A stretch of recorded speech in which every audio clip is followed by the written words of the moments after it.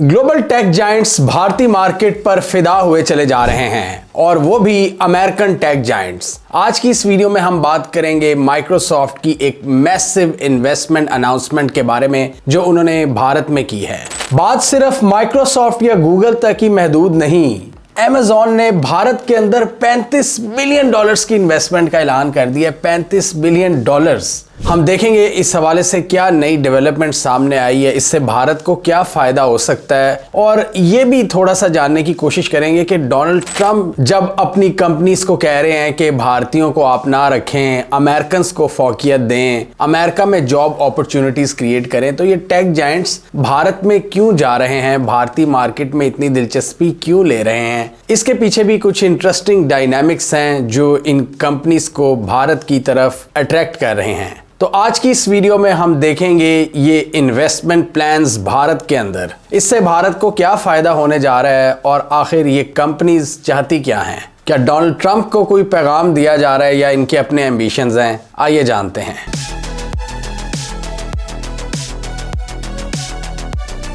Microsoft के CEO Satya Nadella ने मोदी से मुलाकात की और इस इन्वेस्टमेंट अपॉर्चुनिटी का ऐलान किया भारत के लिए। इस वक्त माइक्रोसॉफ्ट की बात करें तो वो क्लाउड कंप्यूटिंग और एआई पर बहुत ज़्यादा काम कर रहे हैं और इस हवाले से उन्होंने अगले कुछ सालों के लिए फॉरेन कंट्रीज़ में $23 बिलियन की इन्वेस्टमेंट रिजर्व की है और उसमें सबसे बड़ी इन्वेस्टमेंट वो भारत में करने जा रहे हैं $17.5 बिलियन की। जी हाँ, $17.3 बिलियन की इन्वेस्टमेंट, जो माइक्रोसॉफ्ट के मुताबिक एशिया में उनकी अब तक की सबसे बड़ी इन्वेस्टमेंट होगी और ये ऐलान उन्होंने मोदी से मुलाकात के दौरान किया। इसके अलावा उन्होंने अपने ब्लॉग में भी इस हवाले से कुछ की डिटेल्स दी हैं जो हमने पढ़ी हैं कि वो भारत में आखिर करना क्या चाहते हैं। बात सिर्फ माइक्रोसॉफ्ट या गूगल तक ही महदूद नहीं, Amazon ने भारत के अंदर $35 बिलियन की इन्वेस्टमेंट का ऐलान कर दिया। $35 बिलियन। पाकिस्तान को कल अभी IMF की एक किस्त मिली है $1.2 बिलियन की। भारत के अंदर इन्वेस्टमेंट आ रही है $35 बिलियन की। $17.5 बिलियन इन्वेस्ट करेगा माइक्रोसॉफ्ट। गूगल ने अभी थोड़े दिन पहले ऐलान किया $15 बिलियन की इन्वेस्टमेंट का, और ये सारे भारत के अंदर डेटा सेंटर्स बनाना चाहते हैं, जॉब क्रिएशन चाहते हैं, IT इंफ्रास्ट्रक्चर की एक्सपेंशन चाहते हैं और AI को प्रमोट करना चाहते हैं। और Amazon ने भी यही कहा है कि हम AI इनोवेशन और नई जॉब्स पर काम करेंगे और जो भारत के बिजनेसमैन हैं और भारत की जो एक्सपोर्ट्स हैं उनको ग्रो करने में अपना किरदार अदा करेंगे। और Amazon के मुताबिक हम ऑलरेडी $40 बिलियन की इन्वेस्टमेंट कर चुके हैं भारत में। Amazon का एक बहुत बड़ा फुटप्रिंट है भारत में और अभी तक पाकिस्तान में वो ऑफिशियली नहीं आया Amazon। हालांकि यहाँ पे कितने लोग Amazon पर काम करते हैं, लेकिन भारत में उनकी एक ऑफिशियल प्रेजेंस है और दुनिया में सबसे बड़ी इन्वेस्टमेंट अमेरिका से बाहर इंडिया में है Amazon की, जिससे भारत में ई कॉमर्स का पूरा लैंडस्केप ग्रो होता है, भारत की एक्सपोर्ट्स बढ़ती हैं। वो कहते हैं कि हमने भारत की एक्सपोर्ट्स को ओवरऑल $80 बिलियन तक बढ़ाया है और 1.5 करोड़ से ज्यादा स्मॉल बिजनेसेस को प्रमोट किया है हमने। वो कहते हैं कि भारत के अंदर हमारे 3 मेन वर्टिकल्स हैं ग्रोथ के हवाले से, एक AI driven digitalization, export growth और जॉब क्रिएशन। और ऑलरेडी Amazon का एक बहुत बड़ा इंफ्रास्ट्रक्चर मौजूद है भारत के अंदर, डिजिटली और फिजिकली, यानी डेटा सेंटर्स भी हैं, बहुत सी जॉब्स भी वो प्रोवाइड कर रहे हैं और बहुत से लोग घर बैठे अपने अपने स्टोर्स चला रहे हैं। दुनिया में सबसे ज्यादा इन्वेस्टमेंट Amazon ने भारत में की है। दुनिया की one of the largest tech companies की सबसे ज्यादा ओवरसीज इन्वेस्टमेंट भारत में है और Amazon ने वाकई भारतीय इकोनॉमी की गेम चेंज करके रख दी है। भारत का डिजिटल और e commerce ecosystem completely transform हो गया है। इस वक्त पूरी दुनिया में हम टेक्नोलॉजी की एक रेस देख रहे हैं। चाइना और अमेरिका इस हवाले से एक दूसरे को compete कर रहे हैं एडवांस टेक्नोलॉजीज में, जिसमें चिप मैन्युफैक्चरिंग कैपेबिलिटीज हो, AI हो या क्वांटम कंप्यूटिंग हो। ये सारी वो एडवांस फील्ड्स हैं जिसमें बहुत से मुल्क अब एक दूसरे से मुकाबला कर रहे हैं और इस साल के शुरू से ही हम देख रहे हैं कि AI की दौड़ में तेजी आती चली जा रही है। डोनाल्ड ट्रंप ने इस साल प्रेसिडेंट बनते ही अमेरिका के सारे टॉप टेक जायंट्स को इकट्ठा किया और AI की इन्वेस्टमेंट का ऐलान किया। बिलियंस ऑफ डॉलर्स की। और उसके साथ ही उन्होंने हदायत की इन सारी कंपनीज को कि आपका फोकस यूएस मार्केट होना चाहिए। उसके पैरेलल में हम देख रहे हैं चाइना अपनी कैपेबिलिटीज को बिल्ड कर रहा है और फिर एक रेयर अर्थ मिनरल्स की वॉर भी हम देख रहे हैं जिस पर ये सारी technology basically chip manufacturing capability उस पर बेस करती है। तो उस मैदान में भी इनकी लड़ाइयां जारी है और हमने ये कई वीडियोस में डिस्कस किया हुआ है कि जिसके पास रेयर अर्थ मिनरल्स सबसे ज्यादा होंगे उसकी मैन्युफैक्चरिंग कैपेबिलिटीज भी उसी तरह बढ़ेगी, क्योंकि उस पर वो बनाई जाती है, उन रेयर अर्थ मिनरल्स पर जो सबसे ज्यादा इस वक्त चाइना के पास हैं। और इस हवाले से अमेरिका अपनी कमियों को दूर करने की कोशिश कर रहा है यूक्रेन के जरिए, पाकिस्तान के जरिए और दूसरे अपने जो पार्टनर्स हैं पूरी दुनिया में, ऑस्ट्रेलिया, जापान वगैरह की मदद से। अब इस सारी रेस में आता है भारत। भारत को इस साल सबसे बड़ा धचका क्या लगा कि डोनाल्ड ट्रंप ने ऐलान कर दिया, अपनी कंपनीज को कह दिया कि आप भारतीय वर्कर्स को प्रायोरिटाइज ना करें, आप अमेरिका में जॉब अपॉर्चुनिटीज क्रिएट करें। और साथ ही उन्होंने एक और ऐलान ये कर दिया कि अमेरिकन टेक कंपनीज जिन भारतीयों को या H1B वीजा के तहत जिन लोगों को बुलाती हैं टेक्निकल वीजा पर, उसके लिए उनको $1 लाख देना पड़ेगा। इन सारी चीजों ने भारतीय टेक वर्कर्स को बहुत ज्यादा परेशान किया कि अब वो कहां जाएंगे। डेफिनेटली उसमें एक बहुत बड़ी ऑप्शन मौजूद है अभी भी कि वो उनको घर बैठे हायर कर सकते हैं, यानी पहले जो वो अमेरिका में जाके जॉब्स करते थे, अमेरिकन कंपनीज उनको घर बैठे बैठे ऑफर कर सकती हैं। लेकिन हम ये भी देख रहे हैं कि अमेरिका के अंदर इन कंपनीज में एक बड़ा जबरदस्त ले ऑफ चल रहा है, बहुत से वर्कर्स को निकाला जा रहा है। चाइना और अमेरिका की टेक वॉर तो एक तरफ थी ही, ऐसा लग रहा था कि भारत और अमेरिका के वर्कर्स के दरमियान एक टेक वॉर शुरू हो गई है ट्रंप की वजह से, जो ट्रंप ने मना कर दिया कि आप ना हायर करें। लेकिन मसला यह है कि इन टेक जायंट्स को भारत के अंदर बहुत ज्यादा ह्यूमन रिसोर्स मिलता है और सस्ते में मिलता है, तो इनका जो इंटरेस्ट है भारत की तरफ वो कभी कम नहीं हो सकता, चाहते हुए भी या ना चाहते हुए भी। और इसमें एक और दूसरा एलिमेंट ये है कि इनके मोस्ट ऑफ द सीईओज भारतीय हैं। गूगल के सुंदर पिचाई की बात कर लें या माइक्रोसॉफ्ट के सत्या नाडेला की, इन सब का ताल्लुक भारत से है। और भारत में नेशनलिज्म की वेव ऑलरेडी बड़ी स्ट्रांग है और इन इंडिविजुअल्स की कोशिश होती है कि वापस भारतीय मार्केट को कुछ दिया जाए जो हमने अचीव किया अमेरिका में, तो वो भी पीछे नहीं हटते। तो ये सारे फैक्टर्स के भारतीय मार्केट का साइज, भारत का ह्यूमन रिसोर्स, इनकी यूथ की पॉपुलेशन और एक टेक सेवी पॉपुलेशन जिसको आईटी में बहुत इंटरेस्ट है, ये यूएस कंपनीज के लिए एक गोल्ड माइन है जो सस्ते में इनके लिए बहुत सा काम कर देती है। और हमें पता है भारत की जो फ्रीलांस मार्केट है, जो आईटी एक्सपोर्ट्स हैं भारत की, वो $200 बिलियन तक पहुंचने वाली हैं, जो पाकिस्तान की अभी $2 बिलियन तक भी नहीं पहुंची। जो पाकिस्तान कभी कंपीट करता था भारत को, आज 100 गुना पीछे हो चुका है। तो ये चीज़ें भारत को एक बहुत बड़ा एज प्रोवाइड करती हैं। और इसमें एक और एलिमेंट आता है जियोपॉलिटिक्स का। हम देख रहे हैं कि डोनाल्ड ट्रंप ने यूरोपीय यूनियन के साथ भी एक ट्रेड वॉर शुरू की हुई है। डोनाल्ड ट्रंप की पहली टर्म में उनकी ट्रेड वॉर सिर्फ चाइना के साथ थी बड़ी, अब उन्होंने यूरोपियंस के साथ एक नया महाज खोली है। यूरोपियंस और इन टेक जायंट्स को मजबूर कर रहा है कि वो दूसरी मार्केट्स की तलाश करें। हमने देखा कि जब डोनाल्ड ट्रंप के मसले चल रहे थे यूके और भारत के साथ ट्रेड के हवाले से, इन दोनों ने जाके हाथ मिला लिया। यूके और भारत ने एक बहुत बड़ी डील कर ली। यानी अब जितनी इन टेक जायंट्स या यूरोपियन कंट्रीज की लड़ाई होती जाएगी डोनाल्ड ट्रंप से, उसका फायदा कहीं ना कहीं भारत को होगा। जितनी गोरों की अमेरिकन से अंडरस्टैंडिंग कम होगी, उतने ही वो दूसरी मार्केट्स को तलाश करेंगे और भारत उनके लिए एक बहुत बड़ी मार्केट है। भारत क्या, वो तो अब चाइना को भी एक पार्टनर के तौर पर देख रहे हैं।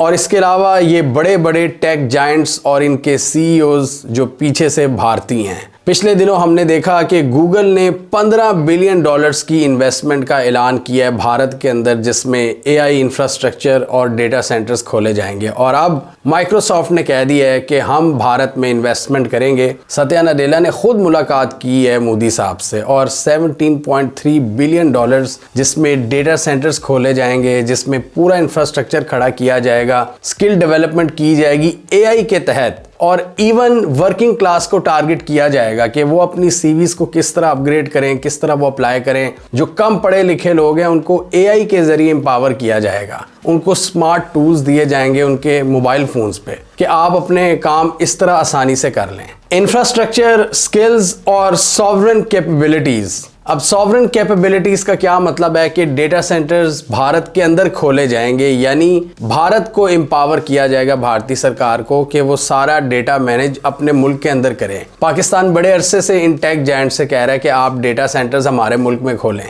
लेकिन पाकिस्तान में बहुत से दूसरे इंफ्रास्ट्रक्चर्स और फ्रेमवर्क्स की कमी की वजह से ये टेक जायंट्स पाकिस्तान की बात नहीं मान रहे। पाकिस्तान 2018-19 से इन्हें कह रहा है, लेकिन ये टेक जायंट्स भारत की सुन रहे हैं और माइक्रोसॉफ्ट ने ओपनली ऐलान किया है कि हम भारत में डेटा सेंटर्स खोलेंगे और भारत का डेटा भारत में ही स्टोर होगा, जिससे गवर्नेंस में हम भारतीय सरकार की मदद करेंगे। और एक किस्म से ये भारतीय सरकार को मजीद एम्पावर कर रहे हैं कि वो लोगों के डेटा पर सख्त कंट्रोल हासिल करें। लेकिन उनके मुताबिक हम ऐसा इसलिए कर रहे हैं कि भारतीय सरकार के लिए बहुत से मौके मजीद आसान हो कि वो लोगों की सोशल प्रोटेक्शन में किस तरह मदद करेंगे, किस तरह जॉब अपॉर्चुनिटीज़ को बढ़ाएंगे। और उसके लिए इनके मुताबिक हमारा भारतीय सरकार से ये एग्रीमेंट बहुत इंपॉर्टेंट है। और भारत की एक बहुत बड़ी पॉपुलेशन भारत को एक बड़ी अट्रैक्टिव ऑप्शन बनाती है इन सारी टेक कंपनीज के लिए, क्योंकि इनको यहाँ पर दो फायदे नजर आते हैं। एक तो डेटा बहुत से लोगों का, जिसकी बेस पर ये अपनी मजीद प्रोडक्ट्स की मार्केटिंग कर सकते हैं, और इसके अलावा इनको बहुत सी स्किल लेबर फोर्स मिलती है।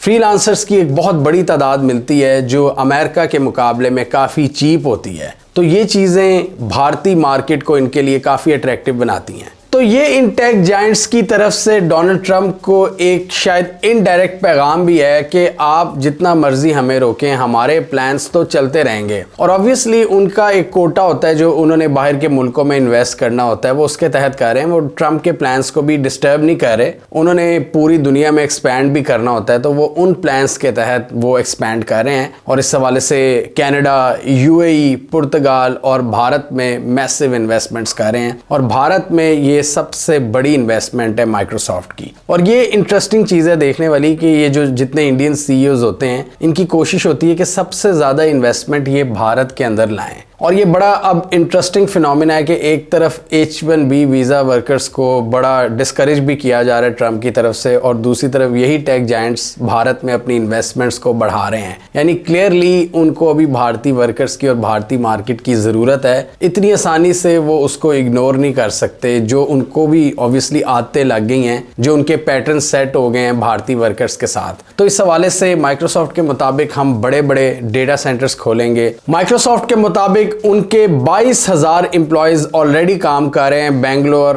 हैदराबाद, पुणे, नोएडा और दूसरे शहरों में, और चेन्नई, हैदराबाद और पुणे में अपने ऑपरेशंस को एक्सपैंड किया जाएगा। और उनके मुताबिक भारत एआई एडॉप्शन के हवाले से टॉप कंट्रीज की लिस्ट में शामिल है, जो हमारे स्पेशल फोकस पर है। और ये $17.5 बिलियन की इन्वेस्टमेंट अगले 4 सालों में की जाएगी भारत के अंदर, जिसमें मेन फोकस क्लाउड और एआई इंफ्रास्ट्रक्चर की एक्सपेंशन पर होगा। क्लाउड यानी डेटा सेंटर्स का क़याम, जैसे मैंने पहले कहा कि वो भारत के अंदर डेटा को स्टोर करना चाहते हैं, और इस हवाले से उनको बड़े बड़े डेटा सेंटर्स की ज़रूरत पड़ेगी। और इस एआई इंटीग्रेशन और इन्वेस्टमेंट के ज़रिए ये डिफरेंट फील्ड्स को टारगेट करना चाहते हैं। उसमें ये ज़बरदस्त इन्फ्यूजन चाहते हैं पॉपुलेशन की, जिसमें इनके मुताबिक डिफरेंट कंपनीज, स्टार्टअप्स, गवर्नमेंट्स और इवन वर्किंग क्लास को हम फ़ायदा पहुंचाने का इरादा रखते हैं। और माइक्रोसॉफ्ट के मुताबिक डिफ्यूजन एट पॉपुलेशन स्केल यानी मैसेज में इसकी इंटीग्रेशन हम चाहते हैं एआई की, यानी लोगों को आसानी प्रोवाइड करना चाहते हैं, हर फील्ड में हम इनकी मदद करना चाहते हैं। जैसे मैंने अभी पहले एग्जांपल दी कि जो कम पढ़े लिखे लोग हैं उनके लिए ऐसी एप्स बनाई जाएंगी जो कि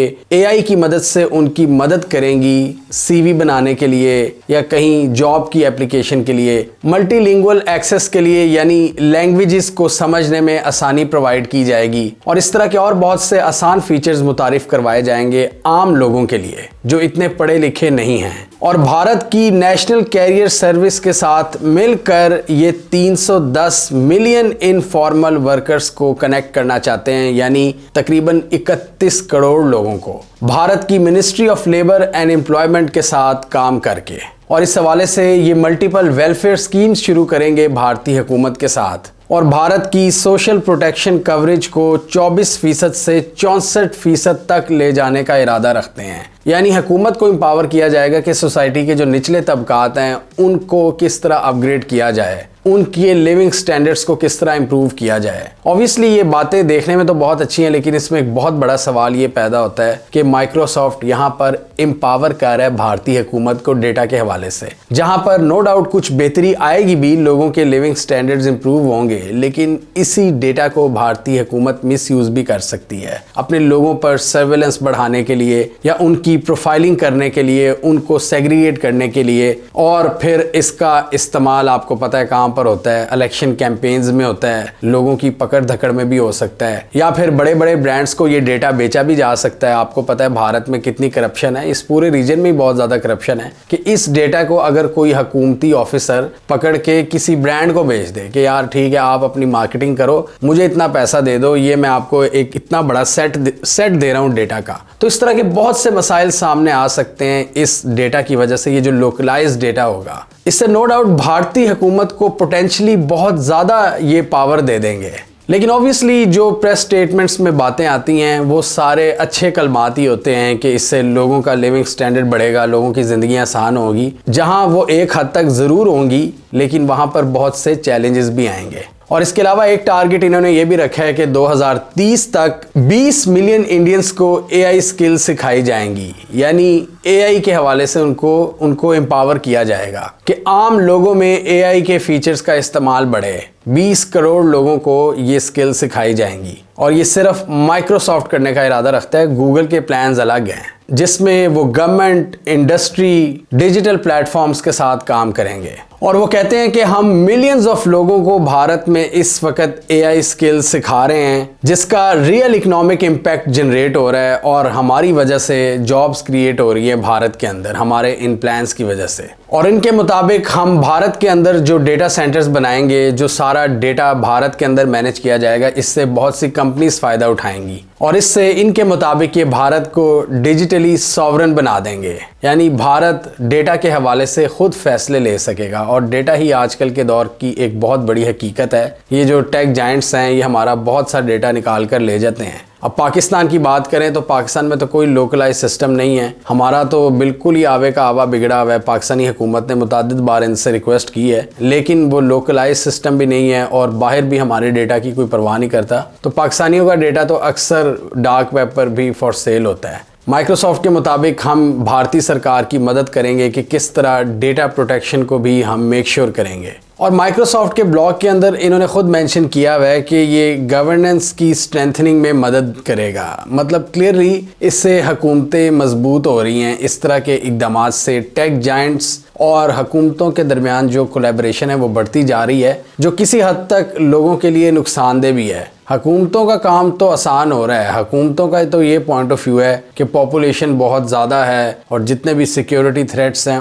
उनको निपटने में हमें आसानी होगी जितना डेटा हमारे पास होगा। और इसके लिए वो टेक जायंट्स के साथ राब्ते बढ़ा रही हैं। इसलिए हम देख रहे हैं कि डिजिटल कदगनों में भी इजाफा होता चला जा रहा है और पहले इंटरनेट पर जो एक्टिविज़म हुआ करती थी वो भी अब बहुत कम हो रही है। हुकूमतों के कहने पर चैनल्स को ब्लॉक कर दिया जाता है। ये हमें क्लियर कट एक गठजोड़ नज़र आ रहा है इन टेक जायंट्स और हुकूमतों के दरमियान, चाहे वो पाकिस्तान हो, चाहे वो भारत हो, चाहे वो अमेरिका हो। ये मैं उन टेक जायंट्स की बात कर रहा हूँ जो वेस्टर्न टेक जायंट्स हैं, जो अमेरिकन टेक जायंट्स हैं। चाइना और रशिया के अंदर तो उनकी अपनी स्टोरी है, उन्होंने तो ऑलरेडी उसको काफ़ी हद तक कंट्रोल किया हुआ है। लेकिन अब इनका ये ख्याल है, ये वेस्टर्न गवर्नमेंट्स का और जो ये वेस्टर्न प्लेटफॉर्म्स इस्तेमाल करते हैं, कि ये प्लेटफॉर्म्स और इनके इस्तेमाल करने वाले अब हाथ से निकलते जा रहे हैं, लिहाजा हमें इनको कंट्रोल करने की ज़रूरत है, डेटा को अपने हाथ में लेने की ज़रूरत है ताकि गवर्नेंस को हम इफ़ेक्टिव बना सकें।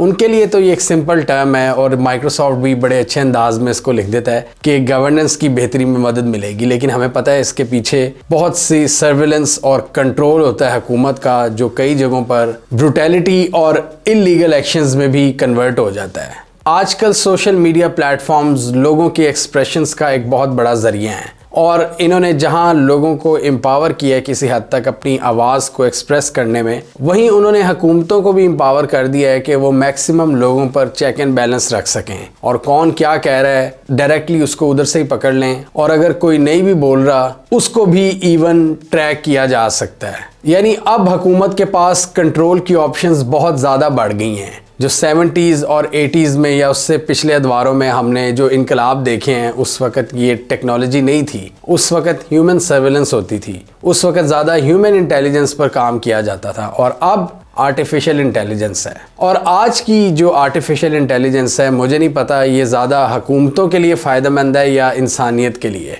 फ़िलहाल तो ऐसा लग रहा है कि इन्होंने हुकूमतों को ज़्यादा एम्पावर किया है और लोगों को सिर्फ ये तस्वीरों और वीडियोस पर ही लगाया हुआ है, लेकिन एक्चुअल बेनिफिट इसका हुकूमतें उठा रही हैं इन टेक जायंट्स के साथ मिलकर। हमें कमेंट सेक्शन में बताइए आप क्या इस हवाले से समझते हैं कि एआई ने इंसानियत को भी एम्पावर किया है या सिर्फ हुकूमतों को ही किया है, और क्या आने वाले दिनों में इसके पैटर्न्स चेंज होंगे? क्या जनरल पब्लिक एआई की ज़्यादा बड़ी बेनिफिशरी होगी या ये हुकूमतें?